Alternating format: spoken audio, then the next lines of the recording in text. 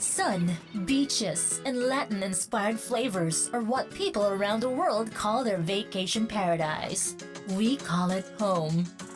Welcome to the weekly podcast that captures it all. The Scoop on Miami. Let's discover and rediscover Miami together with Ernie Emad, a 54-year resident of the Magic City, and Miami native Lainey Rada on The Scoop on Miami. And now, here's Ernie Emad and Lainey Rada. It's not showing up. Yep, welcome to The Scoop on Miami. We do this every single week around 1 o'clock, and thank you for joining us today. A great show, some news, some visitors coming. Today is Friday, not the 13th, but we do have a thunderstorm, TD13, on the way, and they're expecting us to begin the cleanup around the yard and get ready for maybe some tropical storm winds. It's that time of the year. I'm Ernie Emad, the broker owner of One Premier International and host of The Scoop on Miami. And I'm right here standing alongside my co-host. Hi, I'm Lainey Rada, leading edge broker associate from Douglas Elliman. Fantastic. So we had a good week, had an interview that we'll be playing a little bit in just a few minutes from now. And anything newsworthy for you? No, nothing newsworthy. Nothing newsworthy for you. No, it's I'm good. the news. You are the news. Hey, look, we reached a milestone of 10,000 COVID deaths, but we're at 14 days of continuous going down of new infections, and we need to keep the masks on and keep following those social distances so that we can get all of these businesses started again and open, specifically restaurants and so forth.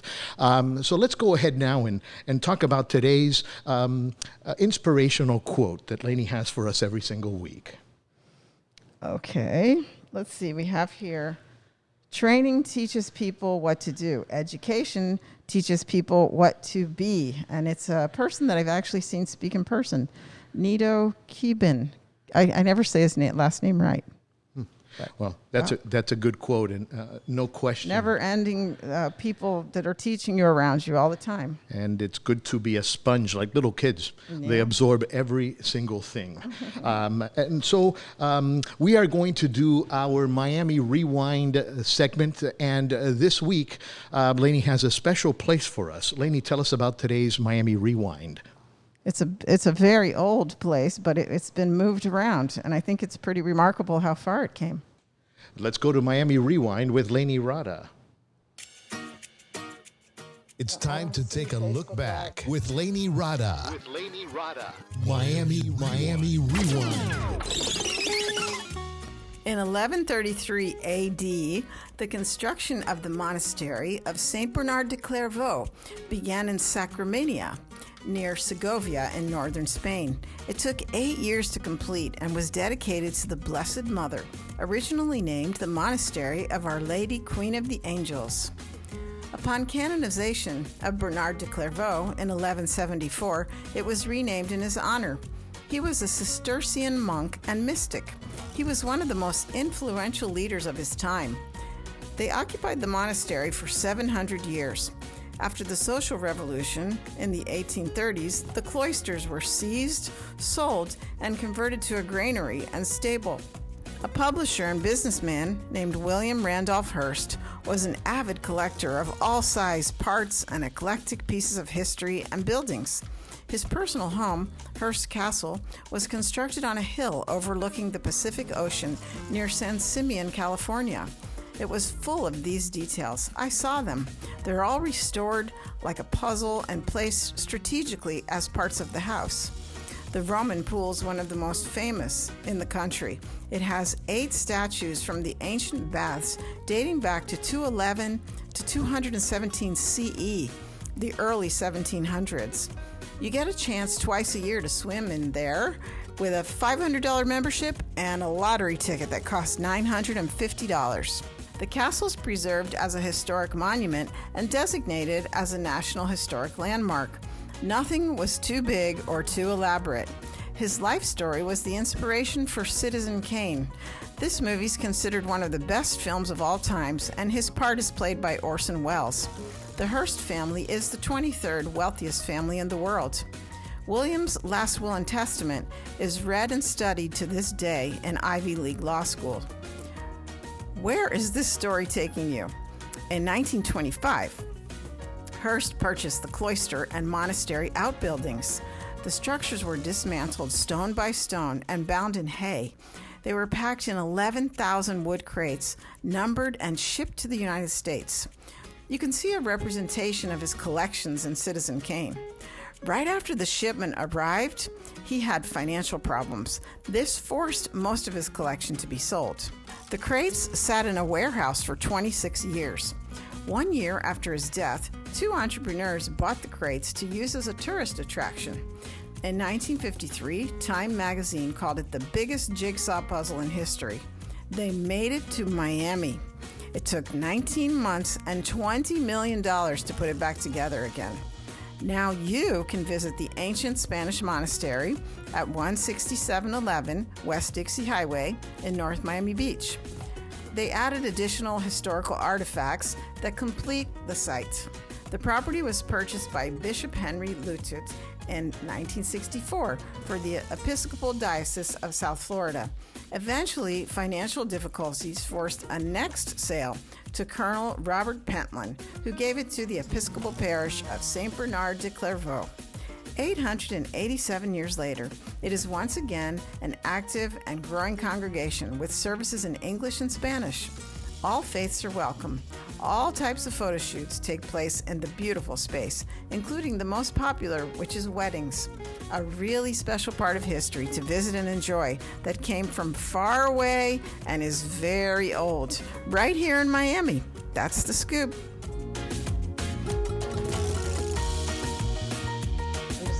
Spanish monastery. You can't forget the address, 16711. Someplace we visit all the time, so go visit them. That's incredible. Good story. Another place that's probably not open, but whatever. You know, we have to navigate our way around these things today. We definitely do. And now it's time for our first guest. And our first guest today is Olga Lamoran. And she's the co-founder and owner of Florana Flowers and Events. And for the past 25 years, Olga has created unique flower designs and plant arrangements for South Florida residents, as well as major corporations, community nonprofits, schools, and governmental agencies. Olga's expertise lies in taking care of clients' special event themes and ideas and then transforming them into memorable floral decorations. Now, one of the key reasons for the success is she treats each of her customers as very important but individual persons, and they are also have incredible opportunities to be there in honor of people's losses when they have a loved lost one, as well as weddings and anniversaries and kids' and birthdays and so forth. So they are a part of every single fantastic and memorable events in people's history. Olga's business partner and co-founder, Anna Trias, is fourth-generation florist with over 40 years of experience, and together with Florana's production and design team, they make every wedding, party, or special event a unique and unforgettable experience. And on the telephone right now is Olga Lamoran. Thank you for joining us on The Scoop on Miami. Thank you. How are you doing? Great. Yeah, we're doing very good. Thank you so Olga. much. So thank you for that. No, it's a great success story. Are you very busy right now? Like in the middle of the day, what's the busiest part of the day? The busiest part of our days are morning and late afternoon.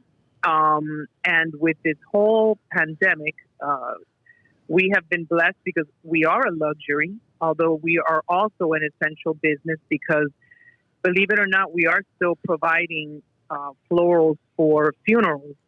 Oh, right. So we have been busy. Okay, things that I just don't think of right away. You're really on the pulse of the flow of life over there. Yes. All the we time. are here in every event, in every moment of your life, and the happiest, and unfortunately, or fortunately, in the saddest as well. Mm-hmm. And I wanted to ask how you've been able to navigate through the ups and downs of this unexpected time, because since you and Anna have such a long history of being in this same business, that I wondered what you did to revive things when obviously, like when things are shut down. If you knew how to hear about where the flowers come from, that there was no transportation and things like that, how did you overcome something like that? Well, Anna has great experience. She is a fourth generation florist, and because of that, she's also very loyal. So she has her contacts as far as distributors go very well established. So she was very wise in pre-ordering our flowers months and months in advance so that we would have supplies. But as you said, Lainey, when this started, a lot of the planes that came from Ecuador, from Holland, from Colombia, they were bringing supplies instead of flowers because that was the priority. Mm-hmm. So there was a time that there was a huge shortage, for example, with roses. Also, the field workers in these countries, basically farms were working at 40%. Oh. Because there was no one to work these farms, which was horrible. Yes, because the whole world is because of the pandemic. Everyone was in quarantine at the same time, right? Yes. And remember, a lot of these countries don't have the facilities, the advantages that we do. Mm-hmm. So very sadly, a lot of these workers were passing away or getting sick, and then they had to, stay home and not come to work. So was there a delay in receiving shipments with a time frame, or was it pretty steady once you figured out, that you should do that ahead of time? There was definitely a delay regardless, because if it doesn't exist, it doesn't exist. Mm-hmm. And it couldn't be here. Mm-hmm. So, yes, there was quite a delay. For Mother's Day, for instance, Anna had ordered the flowers that were for May. She had pre-ordered them in March. Oh, and that's when everything happened. Yep, to make sure that we would have everything we needed. And it was, thank God, a very successful holiday, and especially since a lot of moms were at home. Mm-hmm. Oh, yes, that's true. Yeah, and then the whole family gets the surprise with the delivery, right? Yeah, absolutely. Mm-hmm. I think that there's another... one of the things we like to share with all of our other guests, and the reason we support small businesses, is to help them get a leg up, or to think about how somebody else is sustaining their business. And I think because of your client base, there was something that you went back like old school, and you got in touch with everybody to get those orders up, didn't you? Yes, we actually started calling. Everybody was so frazzled and just at end. This is unprecedented. So they did not remember holidays. They did not remember birthdays. They did not remember. And we basically started printing out our client list. And I literally would call people at night at all hours to remind them, listen, this is happening. And they were so grateful because, another thing that people, and I don't know if you know this, but Harvard University, Rutgers University have done actual studies where it is a fact that having flowers or plants in your home increases happiness, decreases feelings of anxiety and negativity by 81%. Oh, that's a lot. Yes, they did a study where participants receiving 2 bouquets had lower depression scores compared to 57% of those receiving no flowers. Mm-hmm. I mean, those are so during these times, I think that any little thing that you can do to increase feelings of well-being and happiness, and flowers and arrangements are something beautiful that do that. I'm sure if you receive something, Lainey, you have a big smile on your face. Of course. Knowing Lainey, she probably wonders where it came from. Hey, let me ask you, Olga, because you're normally a delivery business anyways, and other than people losing some of that disposable income to be able to buy flowers for their loved ones, and it's one way to send to your parents, specifically if they're in homes or living by themselves where you can't visit them, to send them flowers. Have you noticed, other than the disposable income, your business has picked up or not affected as much because you are mostly a delivery business? I think it's been, I wouldn't say it's picked up. I think it's been pretty much the same now. At the beginning of the pandemic, we saw, we were closed for 2 months, and it was very, very slow. I mean, we were just sitting here; the phones would not ring. We are we have a skeleton crew right now because we have all been quarantined, and we don't want to take the risk of in any way passing anything on. But we have been blessed with. We are doing fine now. I mean, some days are slower than others, but in general, it's more or less, the same. Understood. And obviously, you mentioned about the relations that Anna has with all of the growers and distributors. And obviously, I think flowers are purchased almost like farm supplies, right? Futures. And you really have to know your business to learn what quantities to purchase in such a competitive market of flowers. Absolutely. Did some companies end up with no flowers? Did you take them all? No, we didn't take them all. But you know what happens? We have a certain standard.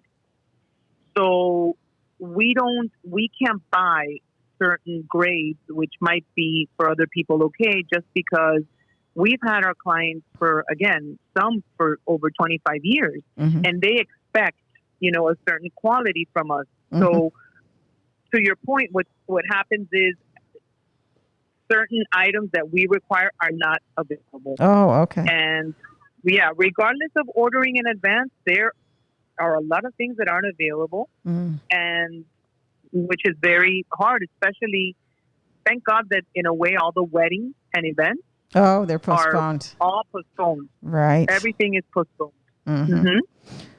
And which is a big hit for us. For sure, because those are the really large and excessive arrangements, right? Instead of just one bouquet. Exactly. Not only for us, but for wedding planners, for every single person that's involved in the production of a wedding, which is a lot, and all of our weddings, which is, I would say it's a good 40 to 50% of our business is all completely past. Right now, everything is postponed till next year. Very interesting. So you receive flowers, and I'm a guy, I wouldn't receive them. I probably would send them. Tell our viewers and listener, what is the best way to get the maximum life extended for those flowers? What type of, I hear everything, 7-Up, Sprite, this, that, and the other. Let's hear it from an expert. What's the best way to take care of flowers and make them last as long as possible? Changing the water. Changing the water every few days, I would say every 2 days, is key. So you just basically take the arrangement out of the vase or have someone hold it for you, empty out the water and place fresh water, because I always tell my customers, you don't want to drink dirty water. Well, your flowers don't either. So that's key, and they should last you. We've had, I always take things home, and try them out in my home first. Certain roses that we haven't sold them before. And I've had flower arrangements that have lasted me almost 3 weeks. Oh, my goodness. And by doing exactly what I'm telling you to do, just changing the water. Don't just add more water. Actually change it. Yes. And are the Oceania roses still a big draw? I learned about them from Anna. Wow. Yes, you took me back. Yeah. She was obsessed with them, and they are spectacular. Well, they are beautiful. I think everyone is obsessed with those roses. They're just a beautiful. They're huge. They're just a beautiful tone. They're huge head. Mm-hmm. They're beautiful. But we have now something that's huge, and a lot of people don't know about it. Are the garden roses? Mm-hmm. Is it long and they stem? look totally different. Okay. They are shorter stem. Okay. They're a shorter stem rose, but they look kind of like a peony. They open, okay. and there's beautiful colors. Okay. But yeah, there's so many new and gorgeous varieties. And where do they come? Where do you get most of the flowers? From what country? Right now, the best producer is Ecuador. Okay. Interesting. Yeah, Ecuador. It used to be Colombia, but yeah, Ecuador, so. and then of course. Oh. Yeah. Okay. And tulips, any kind of those kind of tulips are Holland, but orchids, Thailand always produces the most beautiful, and you would just pristine orchids. They don't even have a blemish. They don't look real sometimes. That's exciting. So do you I guess you still get excited when you see them, and then it's fun to have that creativity that you have, I want to say, for your Facebook and your Instagram to show the incredible arrangements, and some of them are in such unique vases too. Yes.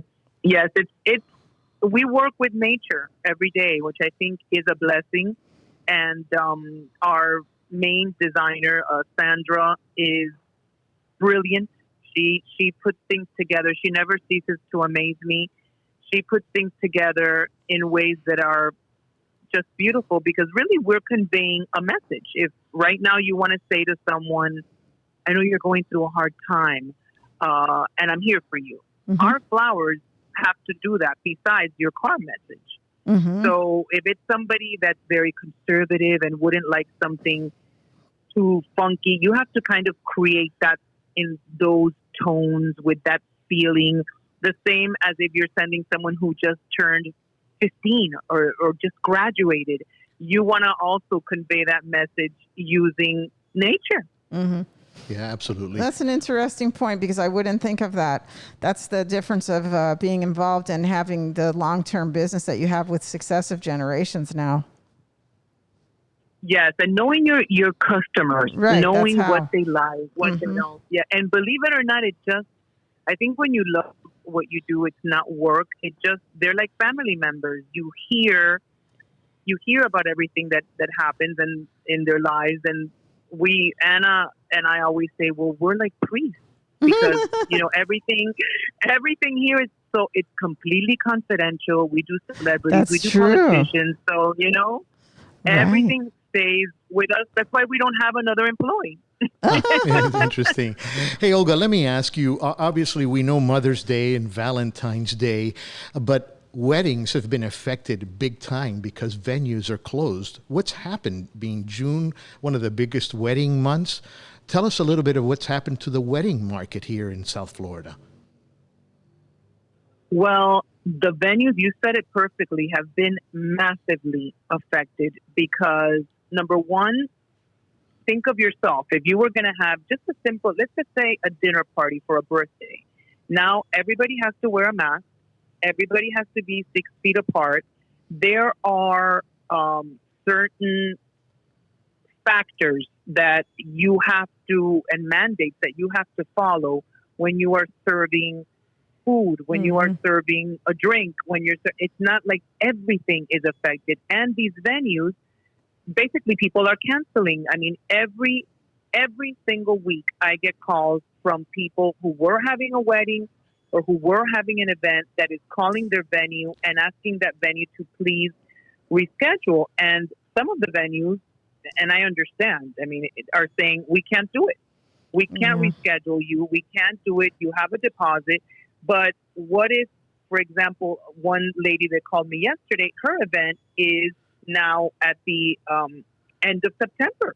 Mm-hmm. And she knows perfectly well that things are not going to be back to normal and she's in a horrible position because she gave a deposit. The venue's telling, and these are huge hotels and venues, but as you all said, they're closed. Yeah. So people are either doing things in their homes, Oh, yes. in their homes, in the backyard, which is very hot, but they're doing it, or wherever they can find a space to hold it. And it's got to be tough for you guys because you can't just prepare all of these flowers 2 days in advance or even 3 days in advance to even keep stock and having cancellations. It takes tremendous business skill. And both of you have so many years combined in the flower business, which will make sure that you succeed. Yes. How did you? Yes, and not. No, go ahead. Go ahead. Mhm. No, what were you going to say? No, yes, I was saying yes, absolutely. Yeah. I wanted to ask you, just to share with all the listeners how the two of you met, because it really is interesting for two people to get along together, to come together and build something that lasts as long as you have. Yes, Anna. And what each of you bring to the equation. Well, Anna and I used to work for a non-for-profit for abandoned, abused, neglected, and runaway children. Mm-hmm. And Anna did the flowers for our main event, which was huge at the time. And, Anna was basically wanting to go out on her own. She started Trias with her dad, and she had always wanted to have a boutique style flower shop that offered the best as far as value, best quality, amazing designs, and didn't carry carnations, baby's breath, everything that, her dad's store did. So, and I at the time, just honestly, I studied psychology, got my degree, and just could not deal with the sadness of that job. And I was so good at the fundraising and the events that I thought, you know what, we make a perfect team. And that's a really different background. That's how it came about. Right. That's great. Yes, but it works. It works, and we are family. I mean, we are family. It's so many years, and as you know, starting a business is not easy. They say if you can make it in New York, let me tell you, it's here. Yeah, it is here. You said it beautifully. We were blessed to have a gentleman by the name of Leslie Rosenzweig. He's an attorney who at 23 believed in me and gave us the money to start the business. He is our angel. He believed in me, believed in Anna, and gave us the money to be able to start this business.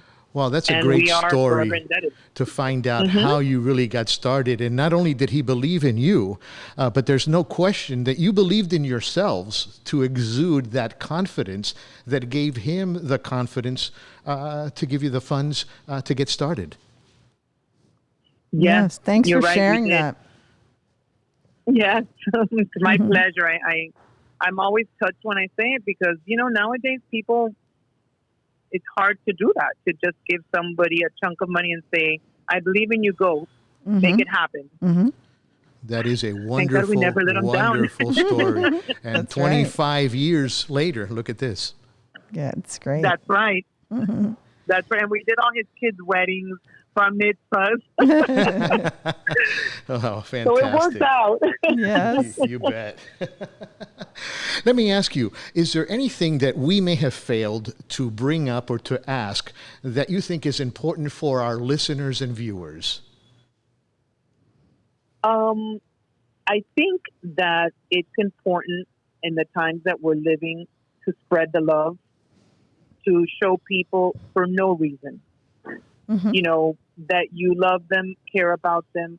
And sometimes the most inexpensive, it does not have to be expensive, but just when you're at home or you're anywhere and a delivery comes for you and it's something that's alive, that's beautiful, it will change your day. It will bring a smile to your face and it'll make you feel happy. Yes. So I think sometimes people think, oh, I have to spend on. No, we have a huge range. We always fit the budget. And that is what we love, to make people happy, to make them feel special. And I think flowers and plants do that in a beautiful and natural way. Yeah. That's beautiful. Beautifully said. Yes, thank you. And I wanted to give you the chance to, because we have a viewing of the podcast on YouTube, and we also have it on a listening version. So if you could just say how to reach you and where you want your social media directed and your phone number, that would be perfect. Well, we have an Instagram page, which is Florana, FLORANA _flowers. We have our Facebook page, which is Florana Flowers. And we are revamping our website and giving our customers the option to buy online, which is something we've never done, before, because we like to talk to them, but it's the way of the future. Sure. Yep. So our website is in the process of being revamped completely, but our phone number is 305-666-5600. Yes, and you're right in South Miami. And also, if you look at their social media, you can see how creative, how unique, how unusual, and the most gigantic or the smallest. It's true. Their range is really great. Beautiful. Well, thank you. Thank you, Olga, and thanks to Anna. And thank you for taking the time, because I know it's hard in the middle of the day. It's my pleasure. Thank you so much for being on the Scoop on Miami and sharing, number one, your personal stories, and definitely the stories of you, Florana Flowers, and Anna Trias. Thank you so much. Thank you, Olga. My pleasure. Okay. Have a beautiful and healthy weekend. You too. You bet. Thanks. Okay, that's a good interview. And we have another great interview. David Landsberg. He is the president and CEO of Goodwill Industries of South Florida. And we had a great interview with him, and we're going to share that with you in just a couple minutes. I'm Lainey Rada, a leading edge broker associate with Douglas Elliman. I have over 35 years of experience in market cycles to bring to every transaction, and I'm still alive. When you want to see how I sell 85% of my listings and the average agent sells 40%, we need to talk. I break records, the fastest sale, the most offers, the highest price per square foot. Which one do we want to accomplish? My company includes superior quality marketing to enhance your property and the worldwide exposure, which matters in Miami. If you want to buy, I'm a Miami native. I know the area extremely well. Put my negotiating skills to work. I'm the only Lainey Rada in the world, so it's easy to find me. But I'll help you. My phone number is 305-710-8558. That's 305-710-8558. Let's set up a time to talk. From this moment on, consumers will expect it and sellers will demand it. Cinematic video walkthroughs for all of your listings. Professional photography, cinematic video walkthroughs, on-camera video tours, and professional voiceover narration. I'm Ernie Emad, head of BlueHourStudios.com. Blue Hour Studios is a progressive visual and audio powerhouse producing high-end video and audio productions. Become an expert in your field with a professionally produced podcast from our studio in Coral Gables. Call Blue Hour Studios today to elevate your image and voice. BlueHourStudios.com. We're back with more of the Scoop on Miami. Find our podcast on iTunes and on YouTube as a video, our Facebook page, and thescooponmiami.com. While there, don't forget to subscribe, share, and like our podcast channel. And now, here's Ernie Emad and Lainey Rada. Welcome back to the Scoop on Miami. Every single week, look for us wherever you find your favorite podcast, as well as scooponmiami.com, and visit the guest pages links and follow all of our guests in small business, as we want you to think local, buy local, and definitely visit all of our guests here on the Scoop on Miami. Now we have a special guest on the program, and Lainey's going to introduce to you that guest. Almost. There we go. There we go. All right. I'm going to introduce somebody that's a native to Miami, and a lot of people here know him. He's touched a lot of lives with his long career and the local businesses here, so I think you'll look forward to hearing what he's doing these days. David Landsberg is the president and CEO of Goodwill Industries of South Florida, a nonprofit organization with over 3,000 employees dedicated to helping people with disabilities and other barriers to work and gain greater independence through employment. Mr. Landsberg oversees all rehabilitation services and business operations. The organization includes a donated goods and retail business with 36 stores and 57 other attended donation centers. Goodwill also has several entrepreneurial divisions: apparel and flag manufacturing, custodial services, and laundry services that employ 1,200 people with disabilities. Mr. Landsberg is a proven business leader and a 30-year veteran of the newspaper industry. He was previously the president and publisher of the Miami Herald Media Company, a position he held for 8 years. A Miami native, David was raised in Coral Gables and attended Coral Gables High School. He graduated from the University of Florida with a finance degree, earned an MBA from the University of Miami, and completed the advanced management program at the Harvard Business School.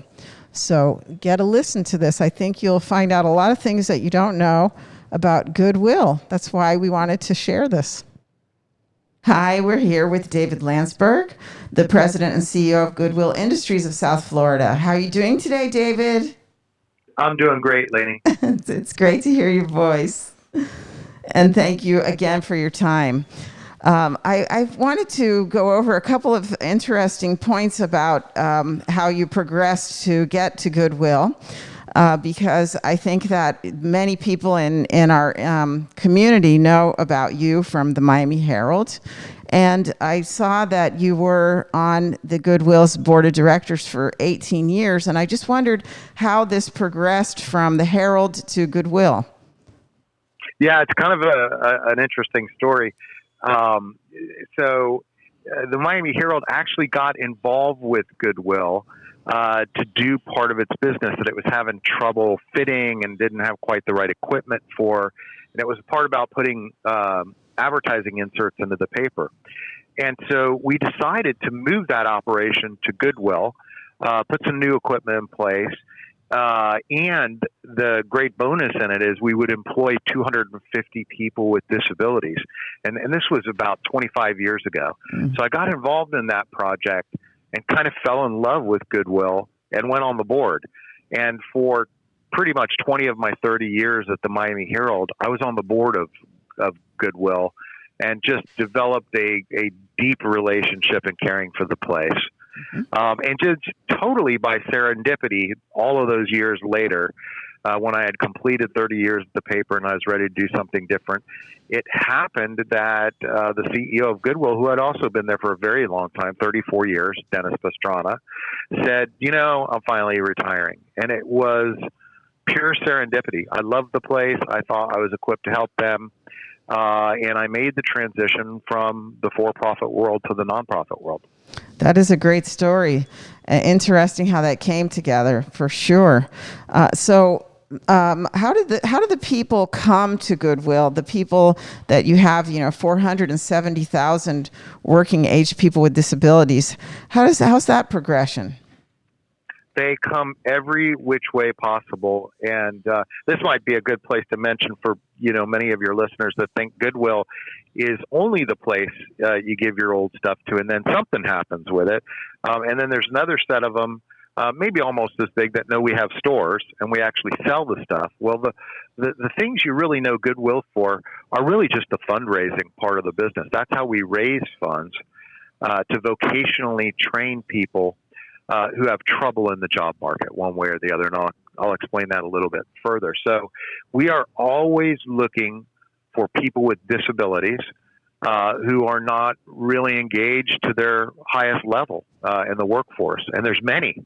So that's the number you had mentioned. That's correct. There's 470,000 people in Dade and Broward that have the federal definition of a disability. So they're significantly disabled.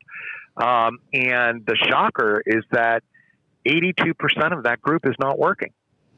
And that's it's not a lot. because they can't. Yeah, it's not, and it's not because they can't. That's the sad part. It's because private industry really essentially does not hire people with disabilities in any great numbers. So, we have a lot of good citizens in our community, and a lot of companies that have great concern and that help. But there is a huge number of people with disabilities in much greater numbers that are being employed in the workforce. And that's kind of where we come in. So we take this funding, in other words, successful donations and sales in our stores, and we aim it directly at people with disabilities or other barriers to work. And we spend our time training them. And we're very focused on the right kind of job design that will make people with a variety of different disabilities successful. So somebody could be coming in that has a mental disorder, or somebody could be coming with a physical disorder, or we have a large population of people with developmental disabilities. The one standard, consistent thing for all of our clients or participants in our programs are they want routine and stability. They want a place they can go, a place they can feel comfortable with. And so we're generally designing jobs that they will be able to get their arms around, and then we train to that. And then unbelievably, we watch their productivity go up, even to the point of non-disabled people, which is amazing if you think that they were not engaged in the workforce, and after some effort of work and training, they can become as proficient as people that aren't challenged by those same things. So we know it can happen. We've been doing it for 60 years. Wow, that's very rewarding, isn't it? Yes, it's incredible. I got to tell you, on a personal level, it's incredible to walk in every day and see the huge number of people that I get to help. Everybody says, "Oh, I'm the lucky one. I'm the blessed one to have the job," but honestly, quite frankly, I am. And I walk in, I walk up a set of stairs, and I look out over the second floor, and there is a sea of people cutting and sewing military uniforms with great proficiency. 75% of that work group is disabled and might not have had a job if it were not for Goodwill South Florida. So it's a really wonderful thing to see. That is so beautiful. Has to be really great. And I know that they sew flags too. I thought that was an interesting thing. Yeah, we do. So we gained a sewing proficiency about 25 years ago also.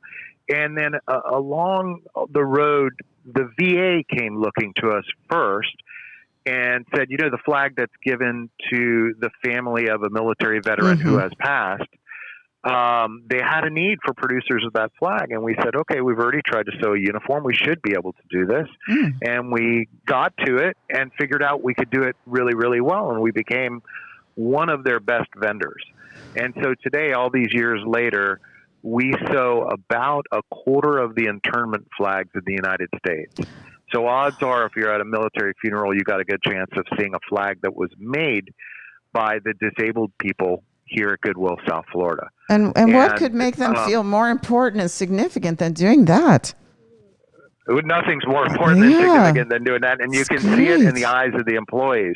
Even with all their challenges in life, they are extremely proud to be making flags or uniforms for the U.S. military. They take their job very seriously. And in fact, the almost humorous people with disabilities are not a management challenge here at Goodwill. Honestly, people without disabilities are the ones that feel more entitled to have a job. And I think our HR team would say the non-disabled people are way more challenging, because the people with disabilities are just happy not only to have a job, but to have a place where they're nurtured and their skills can grow in a safe environment that they don't have to be worried about being somebody different. That's so nice to hear. It sure is. David, let me ask you a question. Obviously, the pandemic and a lot of your funding comes from donations. How has that affected Goodwill Industries in South Florida? Okay, so it was awful, and it still continues today. And so just to give you a little sense, let me just give you a little sense of what all exists out there. So we have donations of both clothing and household goods, and that's a whole area of operations for us. We have the cut and sew business that I was telling you about. We also have a custodial services operation that cleans buildings at night. In fact, focuses on government buildings. They actually clean every single federal, state, and local building in South Florida every night. You don't see them. But there's a force of 200 people with disabilities that do that every night.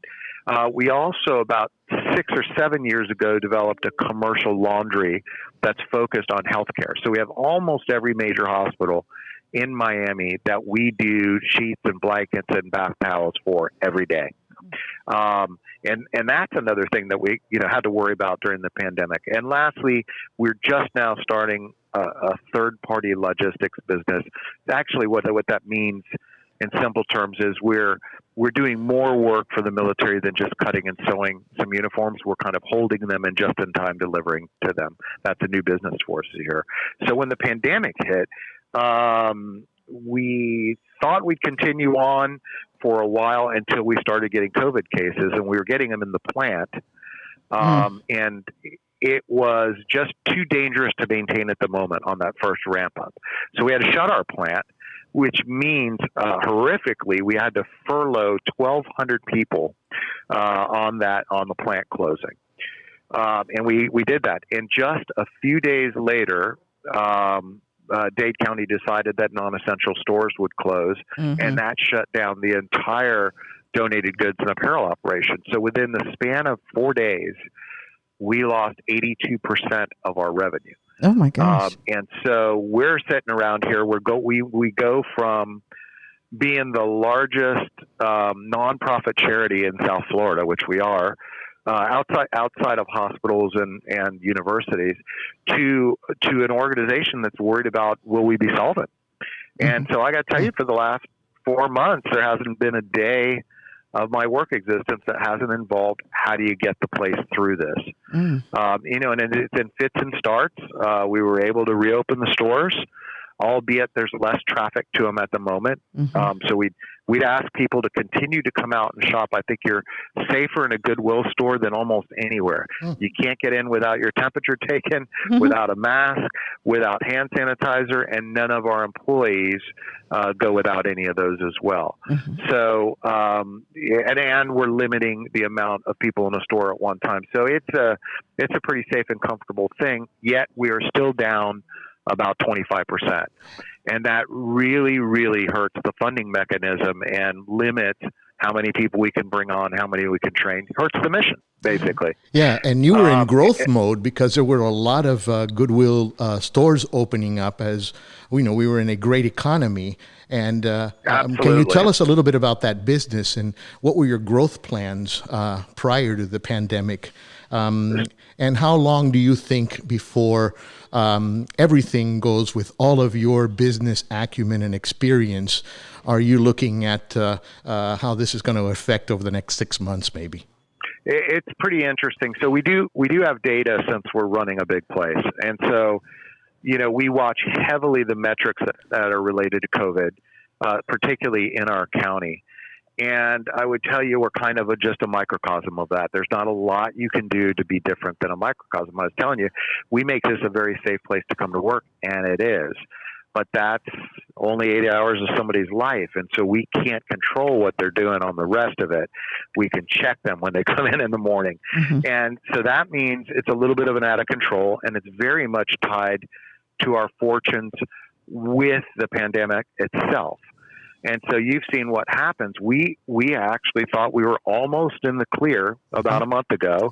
And then what happens? Here comes, whether you want to call it phase 2 or the second bump of phase 1, absolutely slammed us again at the same time it was slamming the rest of the community. And so we're just not immune from that. And so this thing continues to impact every business plan we have. So we go immediately into the mode of we're not opening any stores until this thing is clear. And then I'd say we'd be on a path. We believe we're still understored. This is a big operation. This is 36 stores, 1,200 people working in our stores. I didn't say this either. Between in the sewing operation, we have 1,200 people working. In the stores, we have 1,200 working. And in total, Goodwill South Florida, just Dade, Broward, and Monroe, we have 3,100 employees. 1,200 of them with a federally defined disability. And that, by the way, that 1,200 is the largest group of working disabled in the state of Florida and one of the largest in the Southeast. And so what it does is curtail our ability to have all those people on the payroll because the business level is down. And so it hits everything. So at the moment, I tell you, we're at 2,800 employees instead of the 31 we're at right before the virus hit. Isn't it scary to think that you could be insolvent? I mean, this has really been incredible. And how fortunate Goodwill is to have someone like you running during these times, because being in business in South Florida for so many years, you have seen just about every market cycle, including working at the Herald and seeing that downturn into a digital era from a print era. So how deep have you had to go into your experience to run Goodwill during these times? Well, I'll tell you, you must have done your homework, because I can tell you this. Our board, and so first of all, I tell you, Goodwill South Florida is a local charity. First of all, your listeners ought to know that. Even though we recognize the name Goodwill from across the country, we're a member organization. In other words, we put Goodwill International in place to help us do a very small set of things. And money from South Florida does not go to Goodwill International, with the exception of a small fee we pay them to do limited things like advocate for us on Capitol Hill, bring us together for best practice sharing, that kind of thing. And so we are locally managed, locally governed by a local board of volunteers, just like I was on the board for years and years and years. I was in the governing role, and now I'm in the running role. And what I would tell you is that board, when I decided I was out in the market and that board was looking at me to come to Goodwill, I would say job one for them was to pick somebody who had business savvy and knew the market. So you're dead on it. They were not focused on bringing a CEO that just kind of knew donated goods from another market, right? They knew with the diversity of businesses we had, they want somebody seasoned in startups, understand how you cut your losses and close something when it's not doing well. And they knew I would do that with the compassion for the people that we're serving, because I couldn't get away from it. I loved it so much. And so they were right. And so, not in a cocky way, I tell you, I probably am the person they want in the job right now because of the chaos involved in this virus. And, I know our bankers. I know how to raise money. I know how to tighten businesses. I spent way too many years in the newspaper business doing that. You don't love to do that, but the way you get yourself to do that is you walk in every day and say, I'm preserving a job for the people that are here. And that's all you can do, is do your very best at making sure we're not in the danger zone. And so that's what I'm doing and our management team is doing right now, which is stay out of the red zone and do the things you have to do. You may not like how you're operating for the next 4 or 5 months, but you have to do that to preserve cash. It's funny. I have an MBA, and I had the chance to attend Harvard for a 9-week kind of Harvard style MBA. And at the end of this huge, intense 9 weeks at Harvard with executives from all over the world, from 136 countries, they said, if you didn't really get anything out of the 9 weeks, just remember this: don't run out of cash. So you could take the fanciest, most highfalutin thing you could ever learn, but the only thing you really need to know is don't run out of cash. And so we literally, since this thing has started, we're all very aware as a management team, what's in the bank, what are we spending, how do we make sure we don't run out of cash? And of course, how do we try and get any government help we can, which we're in a very weird position of not really receiving any. Most of the help has gone to businesses below 500, and because we're above 500 employees, we've had almost table scraps, and that's unfortunate because we it's not synonymous with being big and nice and comfy from a financial standpoint. It's big and dangerously close to insolvency, and so hopefully the Fed is coming back around this time with their Main Street loan, and we might have a chance of getting it because they're changing the rules to a little bit more mid-sized companies. So I hope so. We all hope so. Yes, definitely. One of the things I noticed that I had a question about is the internet marketing, because as many years as I've been familiar with charitable giving, I haven't really noticed, like, for example, this on the 17th was Thrift Store Day. And it's really neat how you have people modeling the clothes from the store. And I wondered if you had something to do with enhancing the internet marketing, since you were involved with that with the Herald.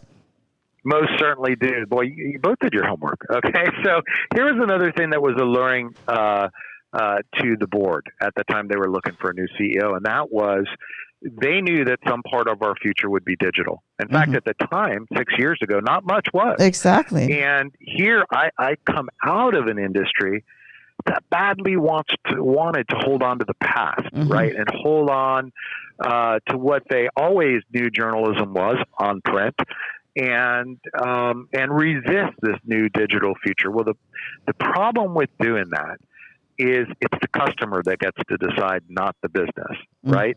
So if you're not on the train of a consumer preference, you're going to be in some trouble.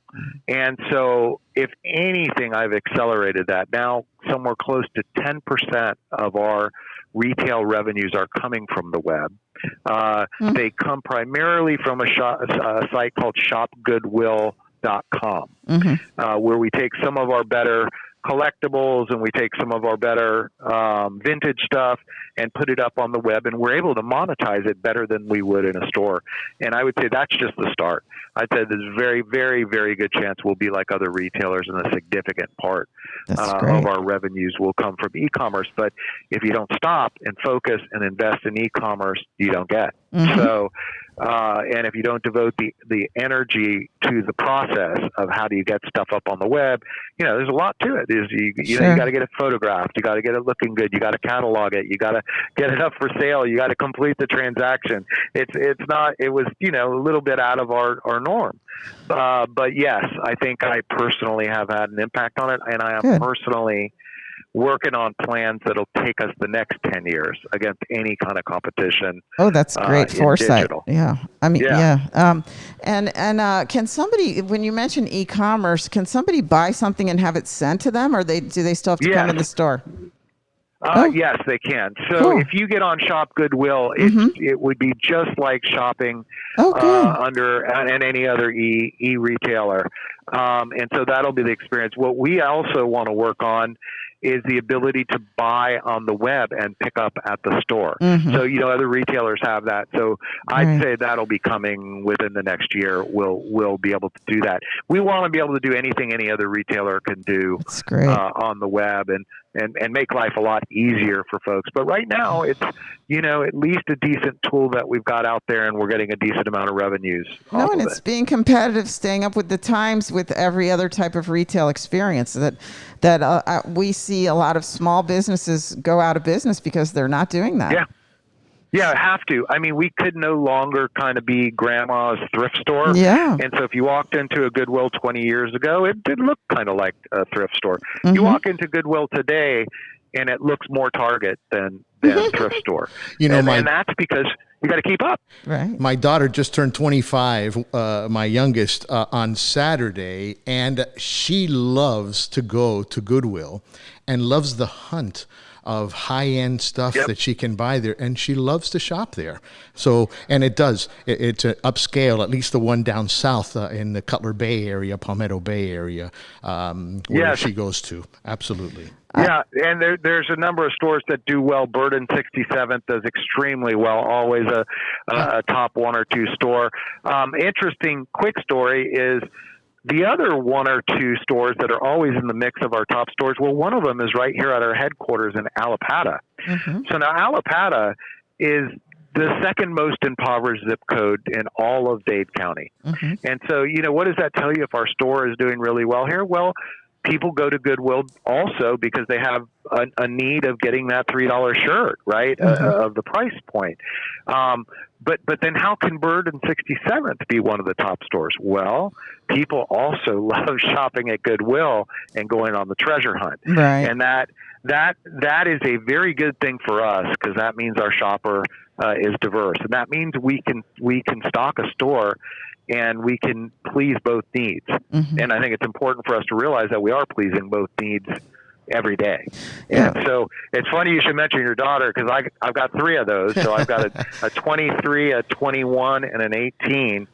And they love to find, stuff that no one else will be wearing. Right. That makes them an individual. And I'd say they also love the other factor that they know when they're shopping at a Goodwill, they're doing something good for our earth in addition to something good for people with disabilities. Mm-hmm. So it doesn't escape us that we are probably, we are the single largest drive the greatest reuse of textiles in our entire county. Yes. In fact, last year, when we add up what got sold in Goodwill stores, we kept 38 million pounds out of our landfills, which is, maybe that's not exactly job one for us, but boy, is it a great thing. And a lot of people relate to that and want to be a part of that. More reuse. Today than ever, sure. And that's one of the reasons, to bring this all around of why we wanted you to be on our show, because, right now there's a lot of different reasons. There's that purpose, obviously, to help the environment. And then also, people don't have as much disposable income right now, and they want to still go shopping, and this helps people. And so it just goes in a lot of different directions. There's a lot of ways to share that pie. My wife's going to love that story. She works for Durham for 32 years, so removing things from the landfill is a big thing for her. So that's great news. Huge thing. You Every day there are more and more people on this green wave, and it doesn't escape us. You will in the next week at some point see one of our trucks on the road or see one of our attended donation centers, and you'll notice it looks a lot different than it did in the past. It's now very graphical. There's big bold messages on the side of our vehicles. But if you notice the back panel of any vehicle, it's all about sustainability, not necessarily about people with disabilities. And so we know we're marketing both. And we're very happy to participate in an activity that is so responsible for so much recycle, reuse. And people. So people too. And people too, absolutely. Right. All of the above. All of the above. One other thing I'd like to do is also, as people were in this tailspin of COVID, I don't know if you realize this, but I'm sure you've heard it or done it yourself, is all those hours at home led people to do a lot of cleaning out. I was going to say that. and we definitely did well on donations. Now, they grew and grew and grew while stores were not open, and they were a little bit on top of each other. We had to figure out what to do with them all, but we're pretty happy now that we've got a backlog. We've even run a couple sales just to keep merchandise moving. But this is a very generous place. So as people cleaned out, we're very happy that the first thing they think of is let's bring it over to the Goodwill store or the Goodwill truck. One of the two. Yeah, it's a great thing for us. I always have. I had a question. We're getting to wrap up here because I know we're conscious of your time, obviously. You have, I'm very interested in knowing how you made the choices about the boards that you've served on, because you have been on a lot of boards, helping out for many years. Yeah. There's less of that I can do, and I do it in different ways. For example, I was a board member of United Way for many, many years. Once you're an agency head, you can no longer be on the board of United Way, which makes sense. Okay. That's kind of a conflict, because we are an agency that receives some funding from United Way. So I helped them out in different ways. I helped them out on some of their committees, vetting other nonprofits and making sure they, look like they're for real and they're the best cause to do kind of a steering committee type of thing. So I do help with that. And I do help where I'm asked to. Some of the long-term stuff has gone by the wayside, but I try and make myself available to the community. And where there's a need, I'm usually willing to help out. What you don't see on paper is I end up helping a lot of individuals, people that I've spent a career with at the Miami Herald that are looking for work. I'm always putting myself in a position to just try and help individuals wherever I can, because I just believe if we all do that, this is a better world we live in. And so I guess I probably am wired at helping the person next to me, whether it's in another nonprofit organization, inside a Goodwill, or individually. You're usually going to get me picking up the phone and seeing how I can help, who I can connect you with. This whole world of social media is somewhat new to me, because I'm in, probably an age group that's one generation before all of this. And so I'm learning, and the good thing from it all, it is a way for people to connect, especially LinkedIn and people trying to find work, and other people supporting those people. And so I've tried to inject in social media to help Goodwill out, right? To be able to repost everything that we're posting institutionally. I want to repost to my circle of connections. And I think that helps Goodwill. I think it helps individuals when they realize they can connect with me. Some were connecting with me recently for a high-level job that we've got here at Goodwill, and they were able to access me through LinkedIn.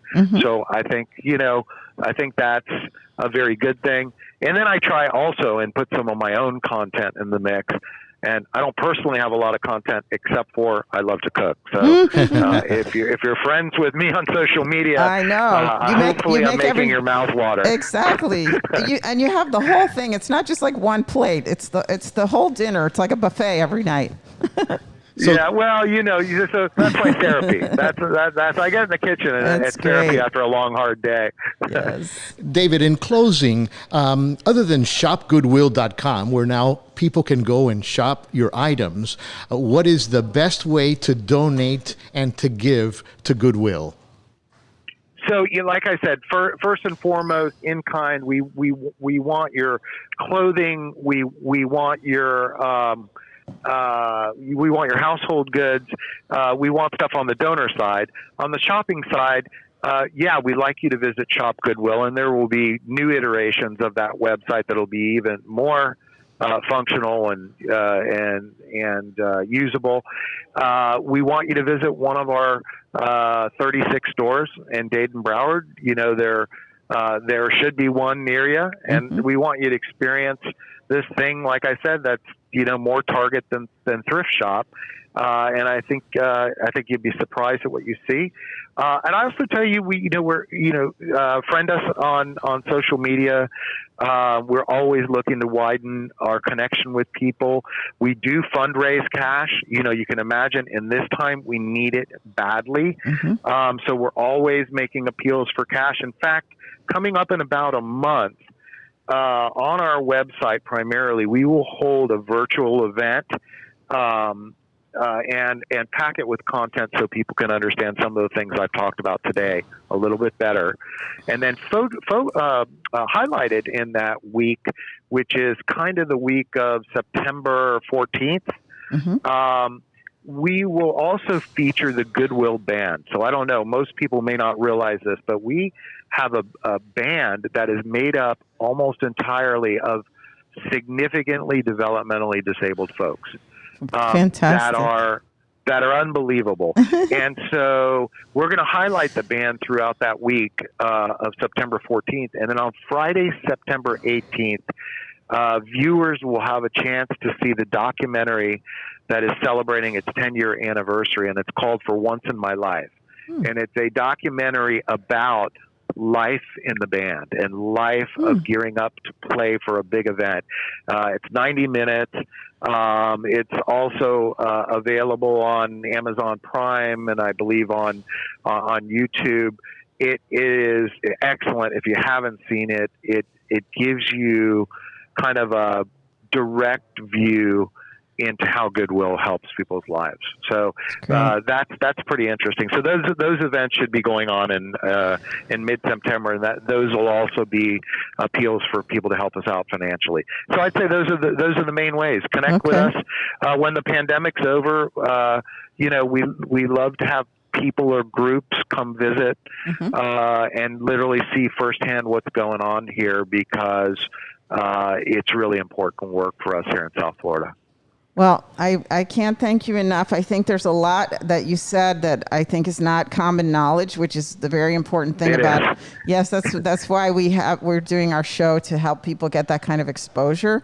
And I just have to say that I've known David since he was a child. and I'm sending you a big hug, and I thank you very much. Thank you. You've done so much for so many, and I always knew since those early days that you were going to be successful, and I'm really happy for you. Oh, thank you so much. I have one last plug that'll help listeners.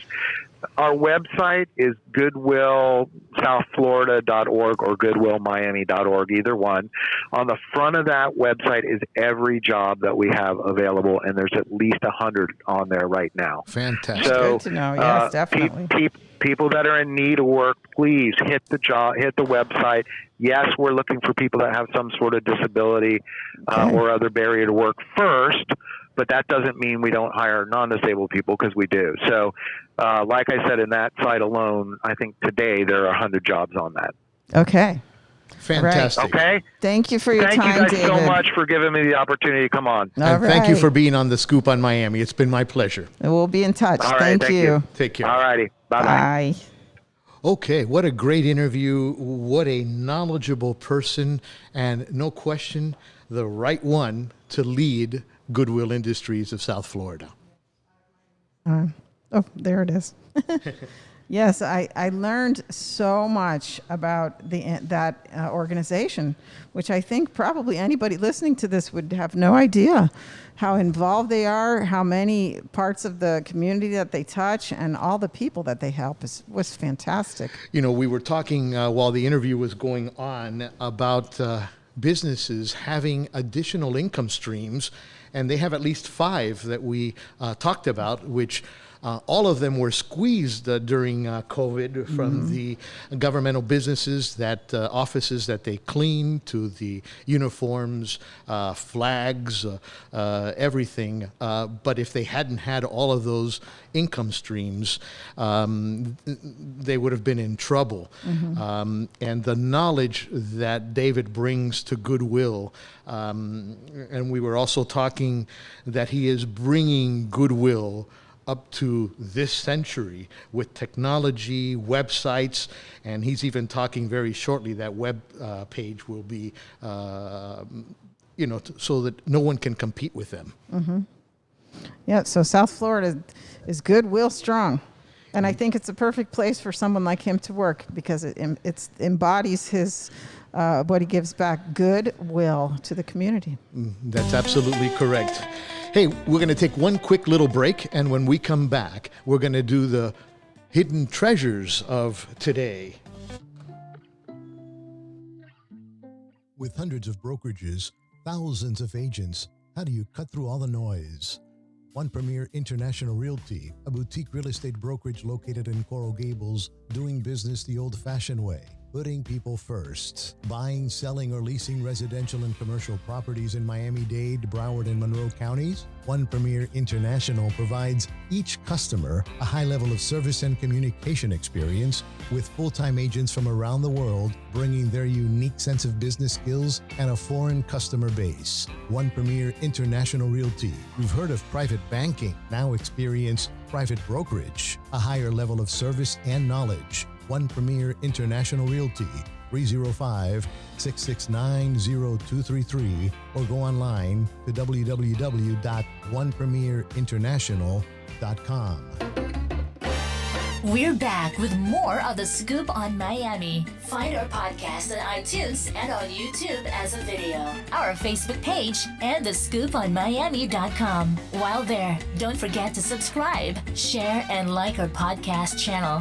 And now, here's Ernie Enad and Lainey Rada.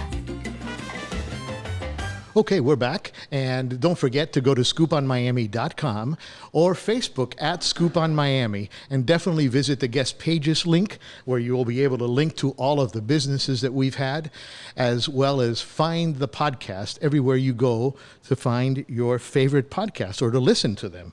And so now we're going to go into Lainey Rada's Hidden Treasures, the 305's Hidden Treasure. What do you have today, Lainey? Well, again, it's, a lot of times people have that nice advice about looking up because there's so many good things to see up in the air because you're usually just paying attention to what's right in front of you. But in this case, again, it's about looking down. So let's look down.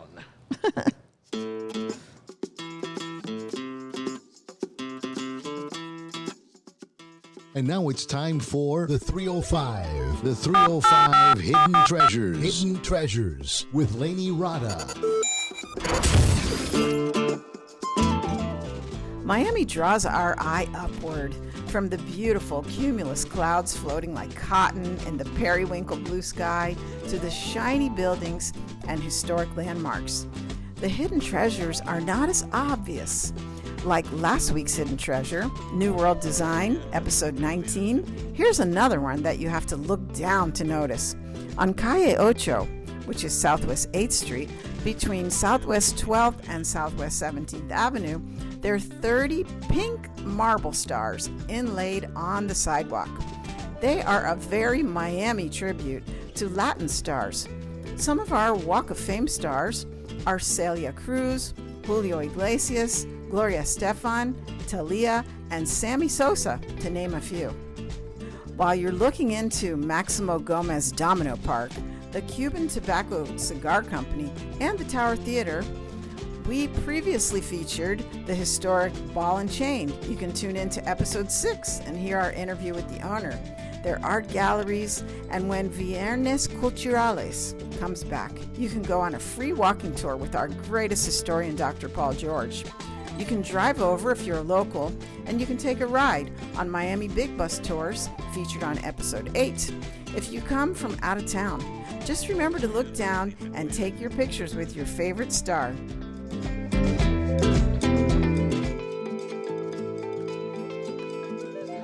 The Walk of Fame, and obviously the most famous is Celia Cruz, correct? Azúcar! Yeah. No question. Hey, look, we've come to the end of another Scoop on Miami. We want to thank you for joining us today. Do you have any parting words? No, we're just tying up the schedule for next week, so that's why we can't tell you who it is, but they're two big, fantastic guests. And we're going to be excited to go there and actually do the recording there. Don't forget to take this tropical storm a little serious, and if you have some debris or anything around your yards, to start picking it up and keep an eye on tropical. Take it to Ernie's house. Yeah. Hey, look, this is the second time, right? Pick up all my patio furniture and so forth, because so close to the bay, any type of wind will do a little bit of damage. Or you can call Ernie to help you. Hey, thank you so much for visiting us and following us every single week. Don't forget, like, follow, share, and leave us your comment on the Scoop on Miami. And thank you so much for Lainey, who thanks so much for your support Andres and Andres Guilarte, thank you so much for your comments on today's program. No question with Insurance Depot there in South Miami. Have a great one, guys. So, we hope you were entertained, informed, enriched, and proud to live in Miami. We have come to the end of another episode of The Scoop on Miami with your host, Ernie Emad, broker, owner of One Premier International Realty, and Lainey Rada, a leading-edge broker associate with Douglas Elliman. Thank you for riding alongside our journey. If you know of a special person doing wonderful things in our community or want your business featured, visit thescooponmiami.com and contact us. Find The Scoop on Miami on iTunes. Subscribe, share, and like our podcast channel. While there, leave a comment. We'd love to know what you think. And now you have The Scoop on Miami.